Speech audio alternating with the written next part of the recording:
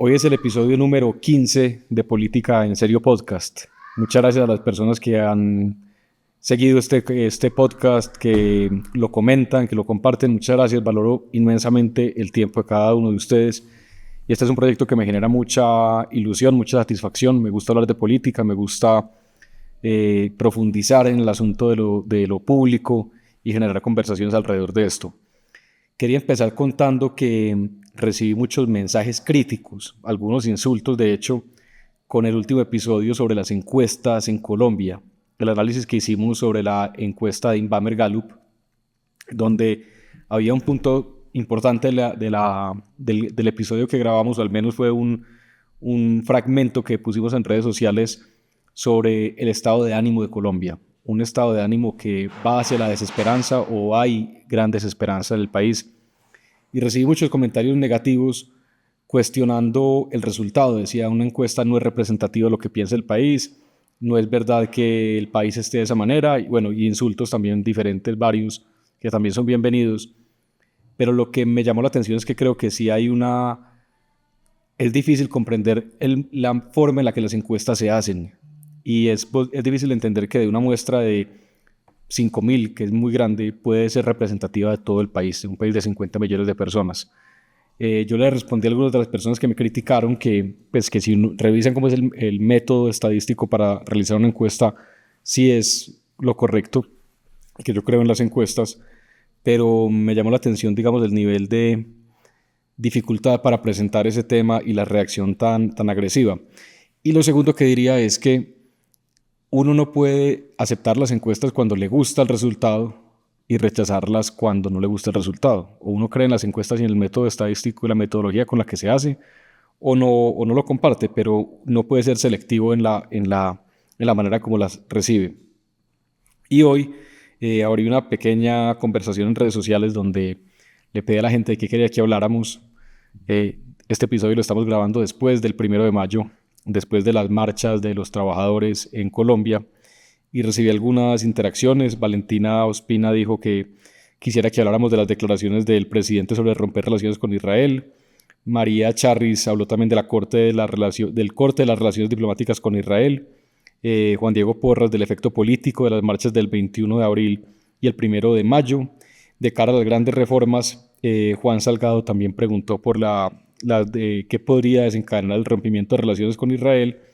Y bueno, otros amigos hablaron. Jason Sierra, gran amigo, me dijo, hablen de arte y política, espero que sea un episodio más adelante. Me dijeron que habláramos del papel de las fuerzas militares en la actualidad, de la oposición, de la autonomía territorial. Bueno, aquí los voy leyendo y agradezco mucho la interacción. Pero hoy vamos a hablar de eso, de el discurso del presidente Petro en la marcha del 1 de mayo, el discurso en la Plaza de Bolívar en Bogotá, y un poquito las implicaciones de esto. Entonces, mientras lo leía, creo que anoté 6 puntos pensando. Puse el blog de notas del celular, tiene una función de uno poder hablar y él toma nota de lo que uno dice, y saqué unos pensamientos que luego los organicé. Entonces son 6 ideas sobre el discurso del presidente el 1 de mayo. Vamos a hablar entonces de qué significa lo que el presidente dijo, qué implicaciones políticas puede tener, qué significa digamos, la ruptura de relaciones diplomáticas con el Estado de Israel y qué pasa con las grandes reformas. Y tercero, también diría la constituyente, que es algo que sigue vigente. Empezando entonces por lo básico, es la asistencia de las marchas del 1 de mayo fue masiva. Es visible que hay una población, una porción de la sociedad que apoya masivamente a Petro. Y las encuestas dicen que puede ser un 30-35% inamovible. ¿Qué significa esto? Que no importa si al presidente le va bien o mal, si hay escándalos de corrupción o no los hay, si hay ejecución o no la hay, este 30-35% del país siente una gran afinidad por el presidente Petro, tiene una gran lealtad, fidelidad frente a él, y también una gran expectativa. Vemos que ese 30% no se mueve mucho.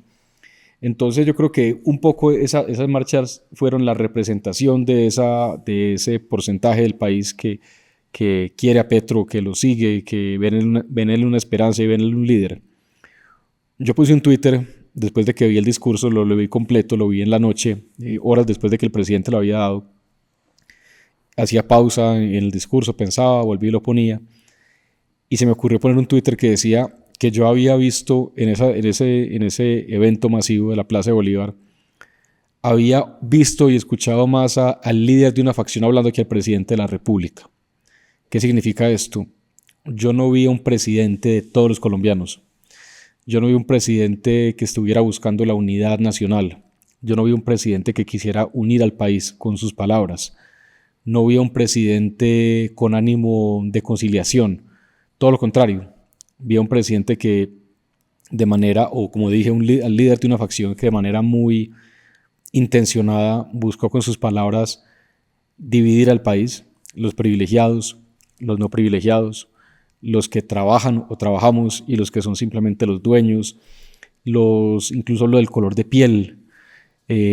Abrió debates que realmente en Colombia algunos lo llaman la división de clases, el choque de la sociedad, pero realmente el presidente puso temas que no hacen parte del debate diario. El asunto del color de piel, de si los indígenas, de que si afros o no afros, es algo muy de su propia cosecha, pero no es algo en el que Colombia realmente tenga esos debates políticos como si ocurre, por ejemplo, en Estados Unidos.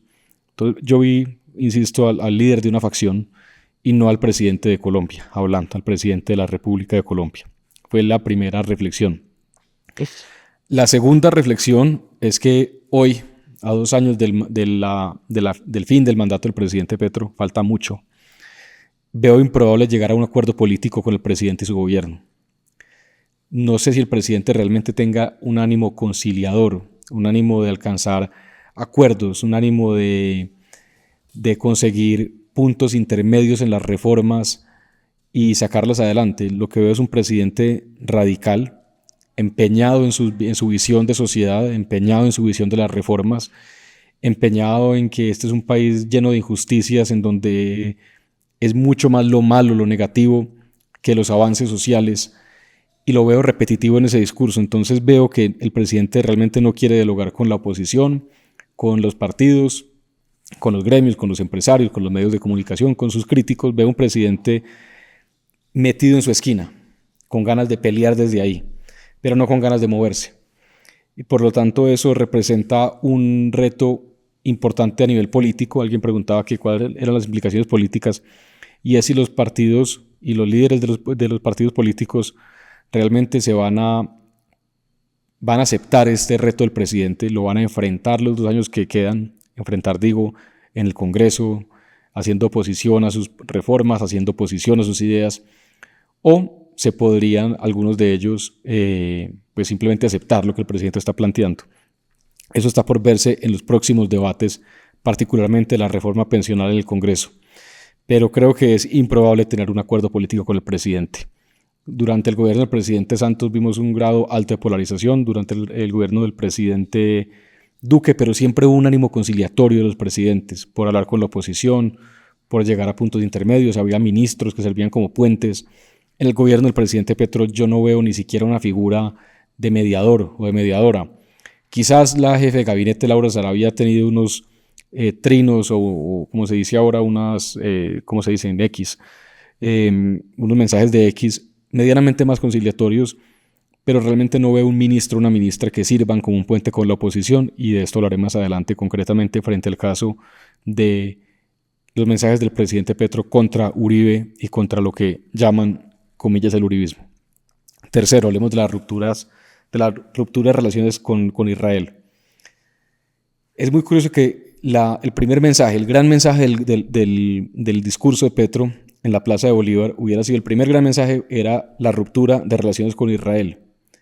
Por un lado, yo estoy de acuerdo con muchos analistas que han dicho que esto es un manto, una cortina de humo para tapar sus malos resultados. Claro, emociona a la ciudadanía.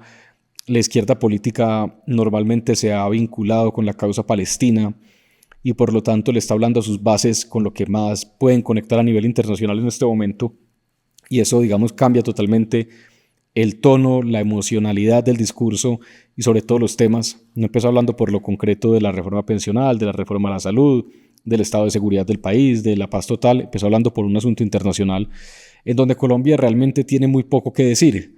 Colombia tiene un tratado de libre comercio con Israel, tiene unas relaciones sólidas o tenía unas relaciones sólidas a nivel de cooperación militar y de inteligencia con Israel. Todo eso, digamos, queda en entredicho, queda en pausa al menos, y le tocará a un próximo gobierno, esperemos que sea así, recomponer estas relaciones.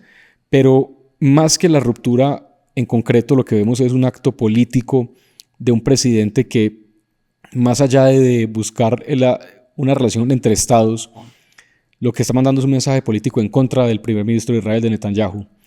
Y ese mensaje político, infortunadamente, detona una ruptura de relaciones diplomáticas. Eso es complejo para un país, pues, como es también escuchado, hay que ver eso, cómo se concreta, si realmente quedaremos sin representación consular en Israel, en Tel Aviv, si el Estado de Israel no tendrá representación consular en Colombia. Colombia tiene una población judía y de origen israelí importante, y también hay población colombiana que vive en Israel, y por lo tanto quienes sufren en última son las personas con este tipo de decisiones. Pero lo que estamos viendo es un presidente que actúa políticamente, un presidente que no está pensando en lo grande y a largo plazo, sino que está pensando es en la oportunidad política. Y está pensando en la oportunidad política porque ve que Netanyahu tiene debilidades en este momento fuertes, tanto al interior de Israel como con la opinión pública internacional, y por lo tanto él se suma a la ola de críticos con una decisión muy audaz, que es romper relaciones políticas y diplomáticas. Y como decía ahora, esto puede tener implicaciones comerciales delicadas. Muchas empresas pueden quedar con una, digamos, falta de diálogo, en donde las embajadas son muy útiles para solucionar problemas, para aumentar el flujo de intercambio comercial. A nivel consular, ya lo dije, no sabemos qué va a pasar, si van a retirar los cónsules, si van a cerrar definitivamente las misiones. Pero en último lo que estamos viendo es un presidente que actúa con ánimo político, no pensando en el Estado, no pensando como un estadista. Pensaba en estas notas que tomé. Hoy es Israel, mañana qué país puede ser. Si es rentable políticamente romper relaciones con El Salvador, pasado mañana romperá con El Salvador, romperá con Ecuador, es decir, romperá con los gobiernos que están siendo liderados por personas opuestas a las ideas del presidente Petro. Me queda esa duda, pero veo que definitivamente es una motivación política, más que una motivación, digamos, de Estado, la que lleva al presidente a romper. Y creo, por último, que esto sí podría deteriorar también la relación política con los Estados Unidos, que es el aliado comercial, político, militar más importante de Colombia. En este momento creo que es mucho lo que el canciller Murillo debe estar trabajando, y el equipo de Cancillería, buscando explicar esta decisión y concretar esta decisión del presidente Petro, que, repito, se hace en plaza pública, como creo yo, buen populista que es Petro. Cuarto punto.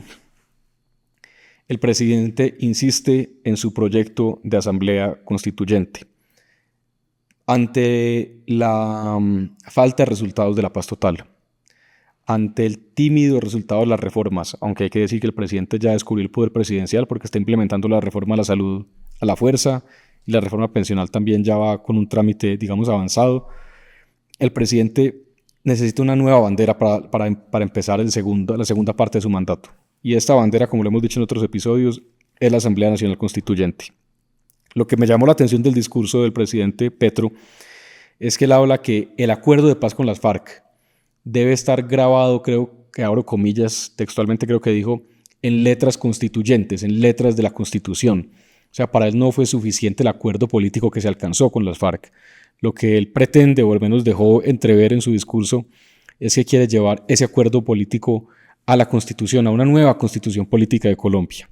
Y eso con las FARC, no sabemos qué podría plantear con otros grupos armados ilegales. Ese último punto es importante detenerse en él, porque una constitución realmente uno no sabe en qué puede terminar. Él ya está anunciando que podría llevar el acuerdo con las FARC a una nueva constitución, pero podría también perfectamente hablar de un acuerdo con otros grupos armados ilegales en una nueva constitución. El presidente Petro está vinculando entonces el asunto de la paz, que es un anhelo de los colombianos, el asunto de la salida negociada, que es un anhelo también de una parte importante del país, con un proyecto de cambio constitucional. Ahí hay dos variables fundamentales, dos actores fundamentales que pueden tomar una decisión u otra, y es, Uno, el Congreso de la República, si es que el presidente intenta la vía legal, y dos, la Corte Constitucional, que empezará a tener cambios en varios de sus integrantes a partir de este y el otro año. Tenemos que poner mucha atención con lo que pase con la Corte Constitucional, con el cambio de magistrados de la Corte Constitucional, que en últimas son los guardianes de la Constitución, son quienes dicen si una iniciativa presidencial del gobierno es acorde o no con el espíritu de la Constitución política que tenemos, que es la carta, el juego de normas que nos rigen como sociedad, que en otro episodio también hablamos de la Constitución y la Constituyente. He dicho que es una Constitución nueva, es una Constitución joven que ha dado muy buenos resultados y que logró un consenso nacional en un momento muy crítico del país. Quinto punto, Petro y una nueva pelea con el presidente Álvaro Uribe. La relación de Petro y Uribe se había manejado hasta ahora con cierta cautela, distancia, prudencia, diplomacia, si se quiere, en esos términos. Se habían reunido en 2 o 3 ocasiones, no recuerdo exactamente, pero se han reunido, han tenido un trato cordial. El presidente Petro hasta ahora había abandonado el discurso del uribismo y de Uribe como su gran enemigo opositor. En este discurso del 1 de mayo, que como el mismo Petro reconoció ha sido como su acto político más importante en su carrera hasta ahora, vuelve a sacar a Álvaro Uribe, digamos, a la palestra pública y lo vuelve a graduar de su gran contendor o enemigo político.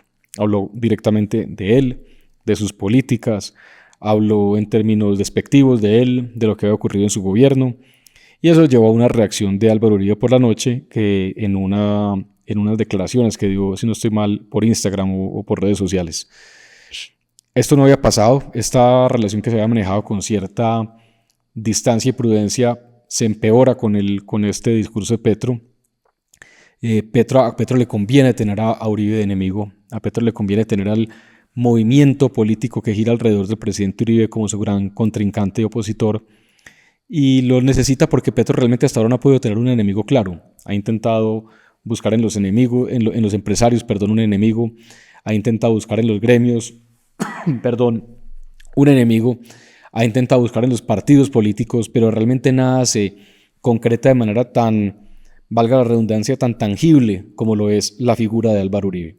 Entonces, en términos un poco coloquiales, Petro vuelve a sacar a Uribe al baile, lo quiere sacar porque sabe que le conviene tener un enemigo concreto, que ese 30-35% del que hablamos hace un momento, realmente, así como sigue a Petro, no sigue a Uribe y tiene un sentimiento bastante negativo frente a Uribe y a lo que representa Uribe, su partido, congresistas, representantes, etc. En este quinto punto de la relación Petro-Uribe, hay una novedad en el discurso de Petro, algo nuevo que no había ocurrido hasta ahora y que es novedoso en la nueva aproximación de Petro. Insisto, creo yo, es en este diseño de esta segunda fase de gobierno, de este segundo tiempo que Petro empieza. Petro empieza más radical, Petro empieza con un enemigo concreto, Petro empieza a tomar decisiones de orden presidencialista. Yo siento que Petro está aprendiendo a sentir lo que es el poder presidencial en Colombia y está haciendo uso de él y podrá hacer uso de él mucho más en el futuro. El sexto punto es que el discurso radical de Petro, porque fue un discurso radical, fue un discurso de enemistades, fue un discurso de división, fue un discurso de palabras fuertes, fue el discurso de los oprimidos contra los opresores, de los empresarios contra los trabajadores, 1 de mayo. Ese radicalismo del discurso es un poco el reflejo del espíritu de las reformas sociales que el presidente Petro está tratando de aprobar en el Congreso. Son reformas entonces radicales también, reformas ideológicas que quieren cambiar lo más profundo del sistema, no son reformas gradualistas que quieran hacer mejoras, no son reformas donde se quiera llegar a puntos medios, son reformas radicales. Y como han comentado varios analistas, el radicalismo de estas reformas puede derivar en que, si son negadas por el Congreso, el gobierno de Petro y Petro quedan victimizados, como quienes quieren hacerlo pero el Congreso no les deja, o simplemente aprueban el radicalismo en lo que quieren y por lo tanto también ganan con cara y ganan con sello. Entonces las reformas y lo que veremos con el trámite de las reformas que quedan, la reforma pensional, la reforma de la educación, la reforma de los servicios públicos, hasta ahora esas tres tienen y tendrán un espíritu radical en su contenido y no habrá puntos medios. El discurso del presidente Petro es muy claro y el espíritu que él está imprimiéndole al debate es el de blanco o negro, izquierda o derecha. No es un punto medio y así serán las reformas por lo tanto. Y un último punto de lo que pensé con este discurso es que la paz total, que era una de sus grandes banderas, quizá la gran bandera con la que inició el gobierno, esta idea de llegar a un diálogo, a una salida negociada con todos los grupos armados ilegales del país, guerrillas, grupos de autodefensas, bandas criminales, una propuesta que desde el principio fue casi que inviable por definición, ya no está presente en el discurso. Es un asunto que ha pasado a un tercer plano. Ya todo el enfoque está puesto en 1, el proyecto constituyente, 2, en el proyecto de las reformas y 3, en el proyecto del enemigo político que ya lo mencioné.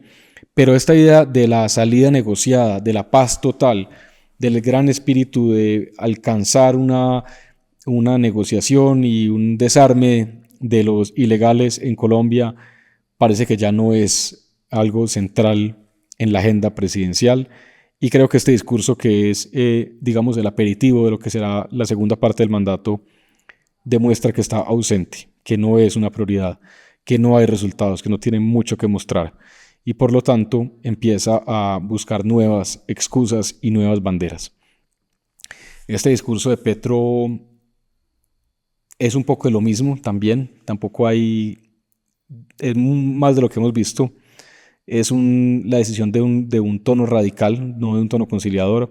Es la decisión de un gobierno de ministros y de personas totalmente afines al presidente, no ese equipo que armó al principio de personas críticas que tenían una tendencia más de centro político liberal. Aquí el presidente mismo le habló a los ministros, dijo: quien no esté jugado con estas tesis, hágase a un lado y deje que otros jueguen. Por eso digo que es un gobierno radical, no es un gobierno de unidad, ni es un gobierno de consensos, ni es un gobierno con representatividad de otros partidos políticos. El presidente está jugando a fondo su gobernabilidad y se la está jugando directamente con sus bases y no con los intermediarios que son los partidos políticos. Vamos a ver si esto le funciona y si el presidente es capaz de aprobar lo que quiere aprobar en el Congreso, digámoslo así, solamente con la fuerza de lo que la calle le podría brindar y no con la fuerza de las normas y de los trámites institucionales. Entonces, ese es un poco lo que pensé sobre el discurso de Petro. Déjenme saber también ustedes cómo lo vieron, qué sensación les genera. Y también se me viene a la mente una palabra inevitablemente, y es la de incertidumbre. No veo un gobierno predecible. Este es un gobierno que puede tomar cualquier rumbo. Es un gobierno que quiere cambiar las cosas de fondo, que quiere derrumbar lo construido, y es problemático en ese sentido porque precisamente uno ya no sabe qué esperar. Precisamente ahí es donde entra este término incertidumbre, que creo que caracteriza bien algo de lo que esa encuesta decía frente al espíritu de desesperanza de Colombia, y es la intención del gobierno nacional: generar incertidumbre, tener la sartén por el mango y ser ellos quienes tengan la iniciativa de los proyectos de cambio del país y no otros. Entonces, bueno, muy pendiente también de lo que ustedes opinen y quieran decir en este sentido. Y ya haré una recomendación de libro político para terminar este episodio número, no quiero equivocarme, número 15. Ya vamos en 15 episodios.